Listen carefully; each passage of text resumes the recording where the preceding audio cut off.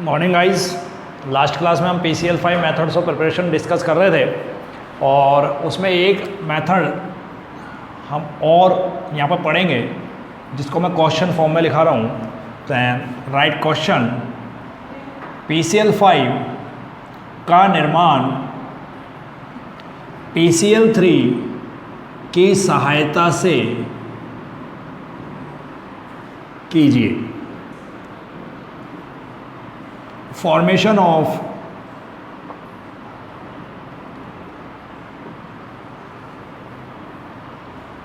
देखिए इसको PCl5 का निर्माण PCl3 की सहायता से कीजिए और इसे हम ऐसे भी लिख सकते हैं,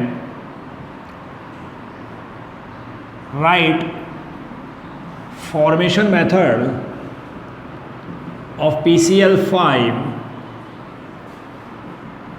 with the help of PCl3। ठीक है, क्या करना होगा, क्लोरीन से रिएक्शन करा दो। तो यहाँ पर अपन लिखेंगे PCl3 की क्रिया की अभिक्रिया डाइक्लोरीन से कराने पर उत्क्रमणीय रूप से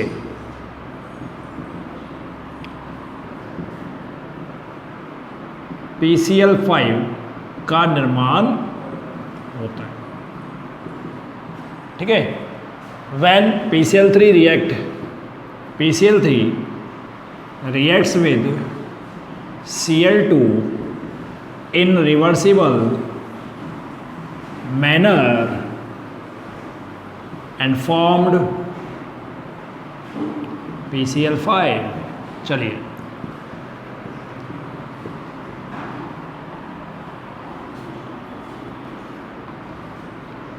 this is PCl5।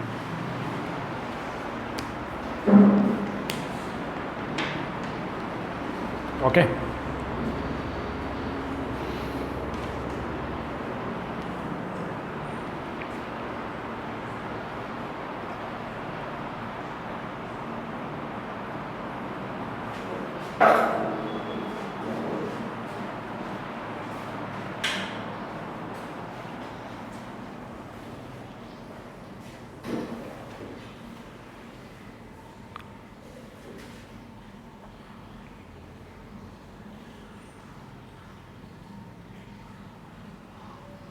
चलिए तो यहाँ पर एक तो फॉर्मेशन ये हो गया। अब हम आगे डिस्कस करते हैं इसमें properties of PCl5। Properties of PCl5, properties of PCl5 के गुण। तो पहला तो वैसे लिख लीजिए आप, डायरेक्ट लिख लीजिए, यह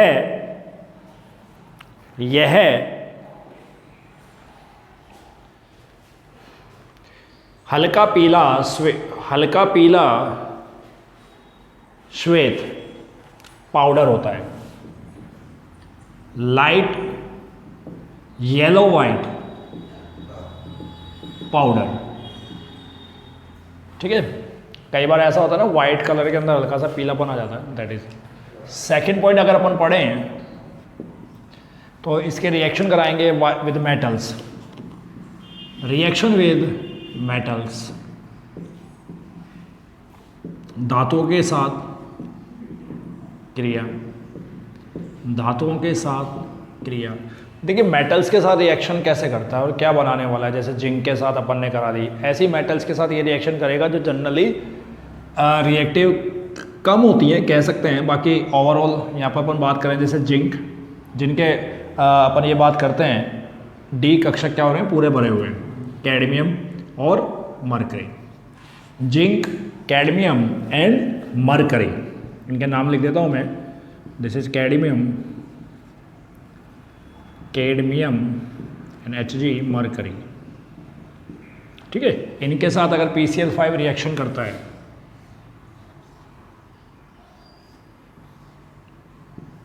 तीनों किससे रिएक्शन कर सकती हैं, PCl5 से।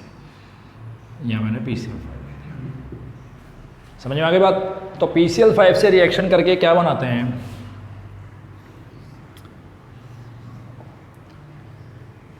जिंक तो बनाएगा ZnCl2, यानी सॉल्ट बनेंगे, प्लस PCl3। कैडमियम बनाएगा CdCl2 प्लस PCl3, और मर्करी बनाएगा HgCl2 प्लस PCl3। ऑलराइट, तो ये केसेस होते हैं यहाँ पर कुल मिला के, यानी मेटल्स के क्या बनते हैं, सॉल्ट बनते हैं। तो यहाँ लिख सकते हैं अपन formation of metallic salt, metallic chloride बोल लो, है ना, क्लोराइड। चलो, यानी धात्विक क्लोराइड, धात्विक क्लोराइडों का निर्माण होता है, यहाँ ध्यान रखना। ऑलराइट, चलिए कॉपी करें।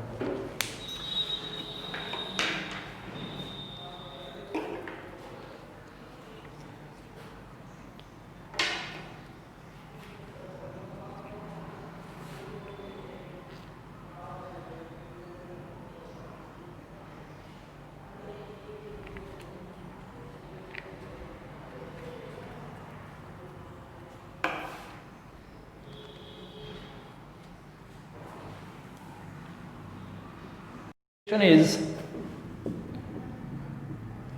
PCl5 के नंबर 3 रिएक्शन विद, लिखे reaction with water, reaction with water. तो किसका फॉर्मेशन होगा, कल हमने PCl3 की भी रिएक्शन कराई थी, फॉस्फोरस एसिड बना था बेटा। क्या बना था, फॉस्फोरस एसिड बना था, बट यहाँ पर फॉस्फोरस एसिड नहीं बनेगा, यहाँ क्या बनेगा, फॉस्फोरिक एसिड बनेगा। दोनों में डिफरेंस है। तो यहाँ लिखो आप formation of phosphoric acid, phosphoric acid. तो किस तरह से बनता है फॉस्फोरिक एसिड, चेक कर लेते हैं। PCl5 रिएक्ट विद वाटर, ठीक। तो बेटा होता क्या है, यहाँ पे 5 मॉलिक्यूल्स अपन किसके ले सकते हैं, H2O के ले सकते हो, ठीक है ना, 4 या 5, और उससे अपन को क्या मिल जाएंगे यहाँ पर, फॉस्फोरिक एसिड। ध्यान से देखना, मैंने 4 मॉलिक्यूल ले लिए, और इससे बन जाएगा H3PO4, H3PO4 called as phosphoric acid,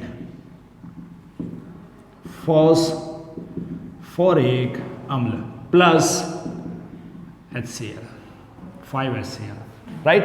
तो देखिए यहाँ पर टोटल नंबर ऑफ हाइड्रोजन कितने हैं, 8 एंड ऑक्सीजन 4, ठीक है ना, बात समझ आ गई। तो इस तरह से इससे रिएक्शन कर लेता है। एक और इंपॉर्टेंट रिएक्शन अपन डिस्कस करें,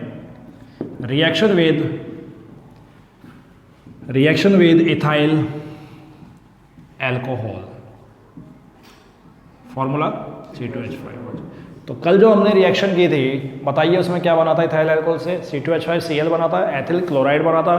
तो क्या यहाँ पर एथिल क्लोराइड बनेगा, बिल्कुल यहाँ पर भी एथिल क्लोराइड बनेगा। तो देखिए यहाँ पर C2H5OH के साथ, तो एक मॉलिक्यूल तो बनेगा C2H5Cl का, यानी इथाइल क्लोराइड, एथिल क्लोराइड बनेगा, और वहां साथ में क्या निकला था बताइए,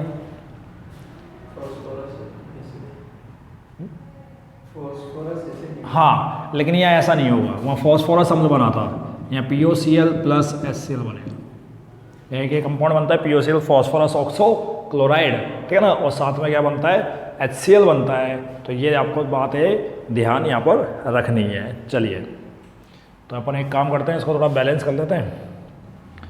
1, तो कितने से बैलेंस हो जाएगा, ये 5 है ना। चलो करो बैलेंस करो इसको, कितने से हो जाएगा देखो, एक मिनट रुको। POCl3 बनेगा ये, phosphorus oxo trichloride, very good, oxo trichloride. Copy करें, अब हो गया।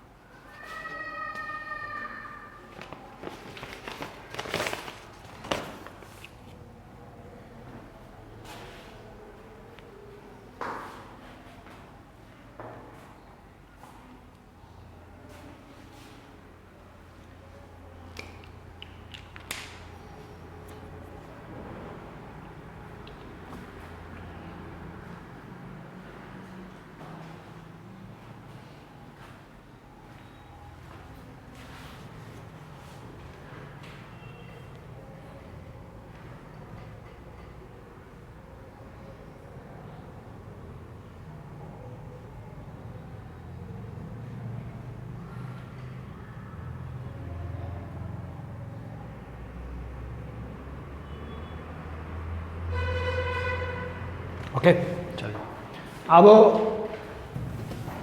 PCl5 की इन कुछ बेसिक इंपॉर्टेंट प्रॉपर्टीज़ के बाद एक बहुत इंपॉर्टेंट बात है which is structure of PCl5, काफ़ी इंपॉर्टेंट है, ध्यान से सुनिए, ध्यान से समझिए। फास्फोरस आउटर मोस्ट शेल में बना रहा हूँ 3s2 3p एंड ये 5 वाला है, ठीक है। तो ये तो हो गया 3s2 2 इलेक्ट्रॉन्स, ये हो गया 3p 3 and this is 3d। अब इसके पास आउटर मोस्ट शेल में कितने इलेक्ट्रॉन है? 5, जिनमें से 3 कैसे मिटा? अनपेयर्ड। ये बॉन्ड कितने क्लोरीन से बना रहा है? 5। कितने क्लोरीन से बना रहा है? 5। तो इसके बाद कम से कम अनपेयर्ड इलेक्ट्रॉन कितने होने चाहिए? 5। तो इसके लिए क्या करता है? एक्साइटेड स्टेट में रहता है, एक्साइटेड स्टेट, उत्तेजित अवस्था है। समझ में आ रही बात? दिस इज एक्साइटेड स्टेट, उत्तेजित अवस्था। इसमें एक इलेक्ट्रॉन यहाँ जम कर जाएगा डी में, क्योंकि शेल नंबर तो वही है, घर तो वही है, कमरा ही तो चेंज करना है।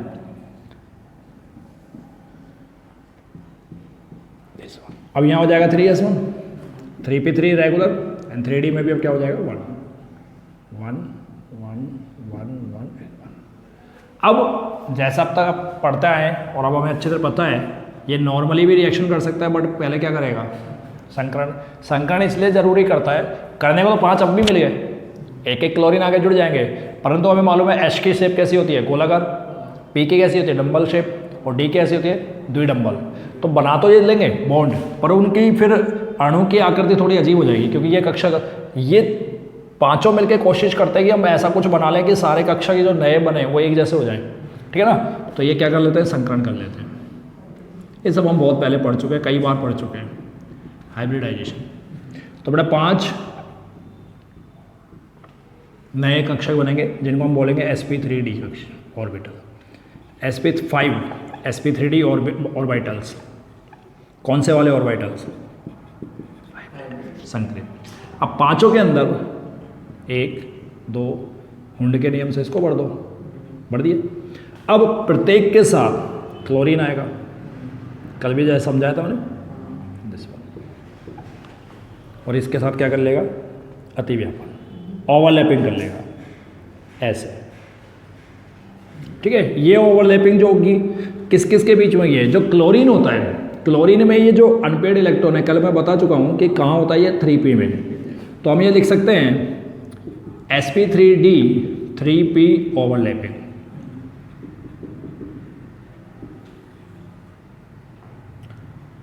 यही होगी।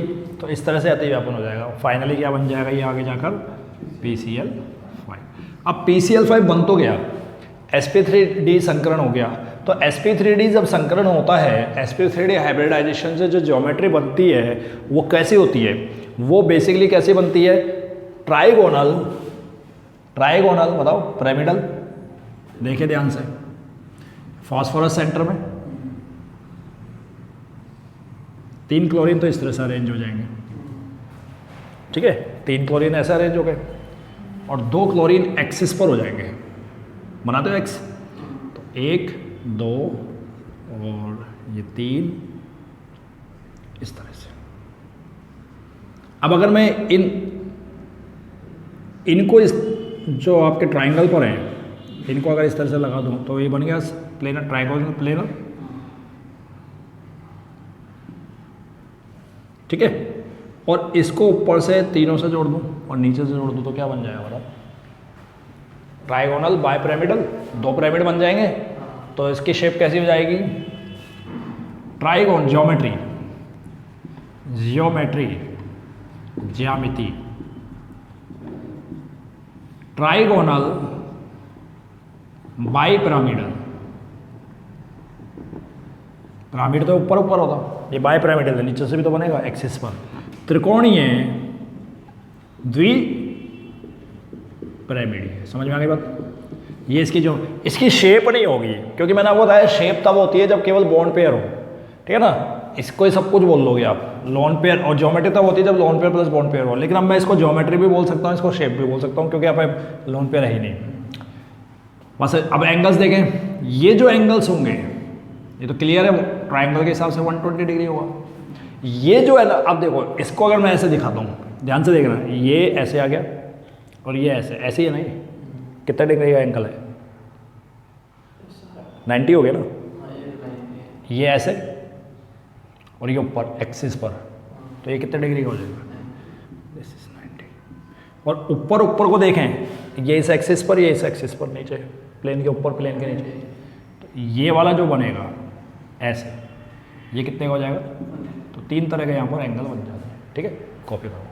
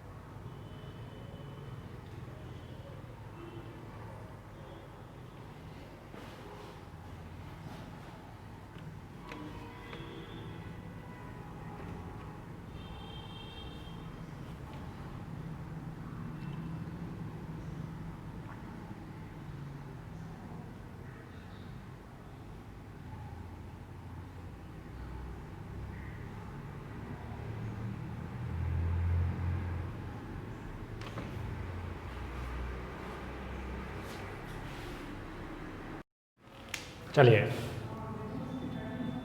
एक नया phosphorus compound, a very important for exam point of view से, फॉस्फाइल,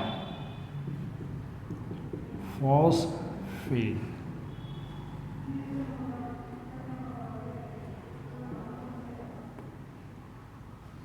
ठीक है, काफ़ी इंपॉर्टेंट है, क्वेश्चंस पूछे जाते हैं इस पर। तो पहले इसके मेथड ऑफ प्रिपरेशन अपन डिस्कस करेंगे। Method of preparation, methods of preparation. ठीक है, फर्स्ट वाला जो मेथड पढ़ेंगे वो पढ़ेंगे हम कैल्शियम फॉस्फाइड, एक इंपॉर्टेंट कंपाउंड है, उसकी रिएक्शन अपन HCl से कराएंगे। By reaction between calcium phosphide, hide है यहाँ पर, एंड हाइड्रोक्लोरिक व्हाट एसिड, इनकी रिएक्शन होगी। सबसे पहले आपको कैल्शियम फॉस्फाइड बता देते हैं, Ca3P2 को बोलते हैं कैल्शियम फॉस्फाइड। इसको मैं अलग से एक बार समझा देता हूँ कि अगर मैं इसका आयोनाइजेशन कराता हूँ तो क्या बनेगा। 3 मेरे पास कैल्शियम है, 3 कैल्शियम पर प्रत्येक पर कौन सा चार्ज होगा, 2+, तो ये कैल्शियम आयन हो जाएगा, कैल्शियम आयन, कौन सा आयन, धनायन, कैटायन। ठीक है ना बेटा। और फॉस्फोरस कितने हैं, इस पर 3-, तो जो P3- है, 2 फॉस्फोरस है, प्रत्येक पे 3-, इसको ही बोलते हैं फॉस्फाइड आयन। समझ आगे बात। इसके रिएक्शन करा दो आप किससे, HCl से। HCl से रिएक्शन करके एक तो PS3 देगा, ट्वाइस कर दो, ये 6 कर दो, एक तो PS3 मिलेगा प्लस CaCl2, 3CaCl2। ये कैल्शियम किससे रिएक्शन कर जाएंगे, इससे। जैसा कि मैंने अभी आपको समझाया कि कैल्शियम तो किस पोजीशन में, पॉजिटिव, और यहाँ HCl जो होगा हाइड्रोक्लोरिक एसिड का, वो किस में आएगा, हमको अच्छी तरह मालूम है HCl तो किस में आने वाला है, माइनस में।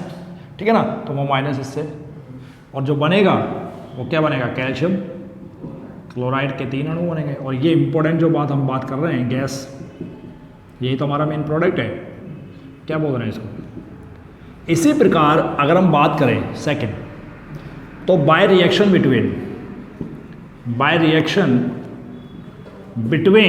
व्हाट, बताओ, कैल्शियम फॉस्फाइड एंड वाटर, इनके बीच में रिएक्शन करा दे तो भी क्या बन जाएगा, बताओ, फॉस्फीन बन जाएगी। कैसे, CA3P2 प्लस वाटर को मैं ऐसा लिख रहा हूँ आपको समझाने के लिए HOH।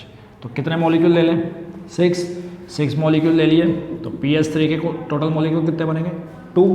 बैलेंस करते हैं तो ये हो जाता है प्लस CaOH का होल ट्वाइस और इसके कितने अणु बनेंगे? 3। इसको बोलते हैं कैल्शियम। पढ़ा होगा नहीं तो बचपन से पढ़ते आ रहे हो, हाइड्रोक्साइड, कैल्शियम हाइड्रोक्साइड। ठीक है बेटा, ये बन गया कैल्शियम हाइड्रोक्साइड। और ये आपका जो मेन प्रोडक्ट जिसको आपको बनाना है, क्या बना ये बताओ? फॉस्फिन।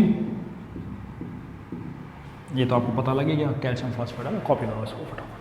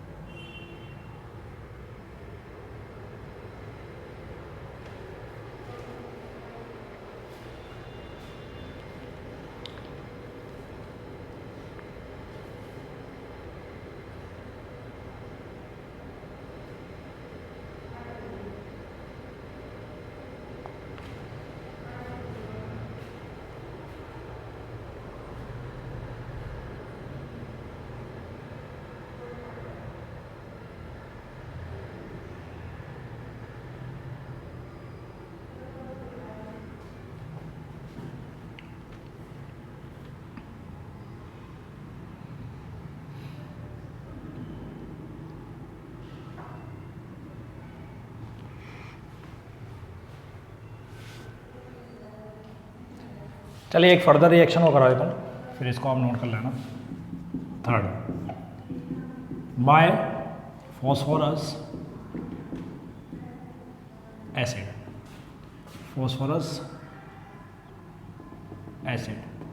फॉस्फोरस अम्ल के द्वारा क्या करेंगे बेटा? फॉस्फोरस अम्ल का फॉर्मूला क्या है? H3PO3। इसको गर्म कर दो आप। तो गर्म करते तो एक तो बनता है PS3 गैस, प्लस में बनती है H3PO4, ये बन जाता है। ये बन गया फॉस्फोरिक, बताओ, एसिड। ये तो बन गया फॉस्फोरिक एसिड।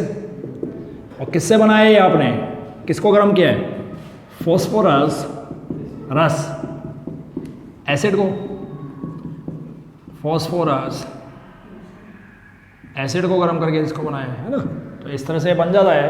तो यहाँ पर ओवरऑल अगर अपन बात करें तो कितने मॉलिक्यूल यूज कर सकते हो आप? यहाँ पे चेक कर लो इसको।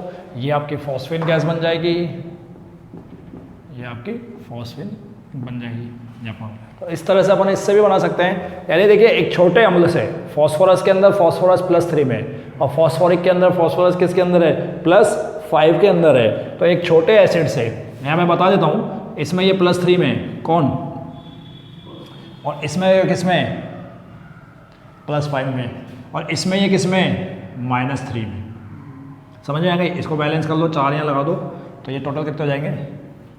3 यहाँ लगा दो, 9 and 3 12। ठीक है, अब ध्यान से सुनो। फॉस्फोरस क्रिया से पहले कौन से ऑक्सीजन अवस्था में था? रिएक्शन से पहले OS ऑफ फॉस्फोरस +3, रिएक्शन के बाद OS ऑफ फॉस्फोरस 2 हो गई, -3 एंड +5। यानी इस ये -3 इससे क्या है? -3 बड़ा है +3 से, कम है ना, और +5 क्या है? ज़्यादा। तो ऐसी रिएक्शन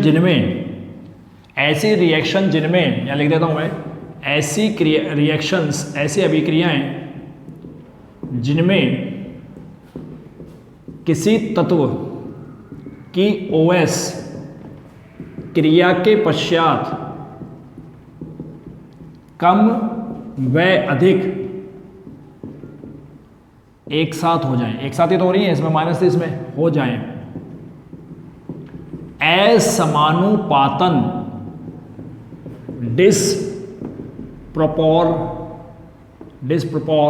डिस्प्रपोर्शियोनेशन